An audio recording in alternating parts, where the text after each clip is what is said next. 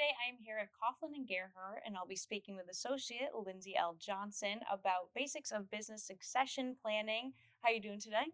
Good. How about yourself? Good, good. Thanks for joining me. So, are business interests part of estate planning? Yes, absolutely. So, when you're talking about estate planning, it's also a good time to talk about any business interests a person has. That way, we can clarify any goals that the business owner has. So, what does business succession planning look like?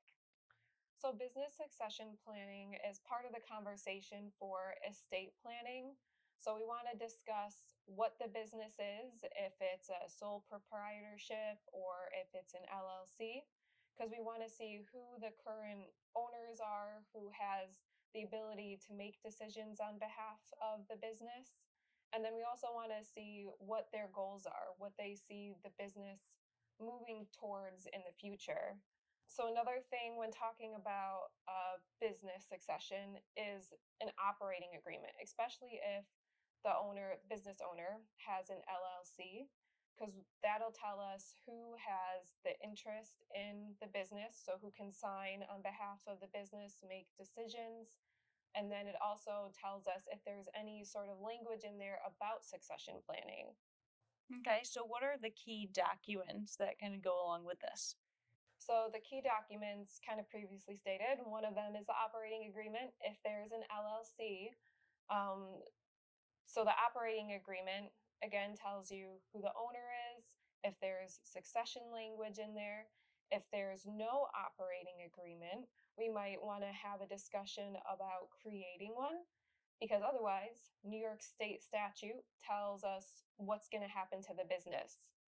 And an operating agreement can kind of clarify who's going to be the owner. So we can put in language about succession, and we could also put in language about a transfer on death beneficiary. So that would just make it easier for a successor business owner to take over the business and to be able to make decisions pretty quickly after the passing of the original business owner. Okay. Another document is a will, because if there's, for example, a sole proprietorship, you might want that business to pass to a family member, friend, and the will can state who that person's going to be and can also allow the executor to have the ability to make decisions on behalf of the business before it's formally transferred over to the successor business owner. Okay. The last document is going to be about finances, and that's for when the business owner is alive, because say something happens to the business owner and they're not able to make financial decisions, that could be bad for the business, because if there's bills, employees, you want that to remain steady and constant.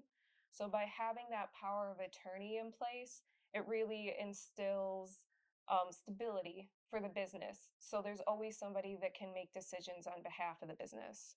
Okay, so what is the best way to go about starting this whole process? So the best way to start would be an initial estate planning meeting with one of the attorneys at Coughlin and Gerhart in one of our several locations. So at Coughlin and Gerhart, we work closely with other practice groups. So that includes business and banking. So that allows us to work together and figure out the best plan forward for the business. All right, perfect. Well, Lindsay, thank you so much for joining me today. I really Yeah, appreciate it. And yeah. thanks for sharing all that Thank you. info.